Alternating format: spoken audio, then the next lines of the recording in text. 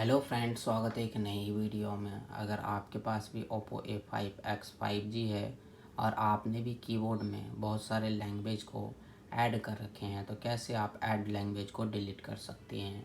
तो चलिए वीडियो करते हैं स्टार्ट। सबसे पहले आपको अपने फ़ोन में सेटिंग्स को करना है ओपन, सर्च पर क्लिक करना है। यहाँ पर आपको कीबोर्ड हो जाएगा ओपन, सेटिंग्स का आइकन पर क्लिक करेंगे, लैंग्वेज पर क्लिक करेंगे और जो भी लैंग्वेज आपने ऐड कर रखे होंगे आपको यहाँ पर सभी लैंग्वेज देखने को मिल जाएगा। राइट साइड में एडिट का ऑप्शन मिलेगा, क्लिक करना है। जो लैंग्वेज आपको डिलीट करना है टिक करना है, रिमूव पर क्लिक करना है, आपका जो है ऐड कीबोर्ड लैंग्वेज रिमूव हो जाएगा। तो आप इसी तरह से कर सकते हैं। तो आज के वीडियो में बस इतना ही, और हमारे वीडियो देखने के लिए share, subscribe, like, bell icon का बटन ज़रूर दबा दें ताकि नए वीडियो का नोटिफिकेशन आपको मिलता रहे।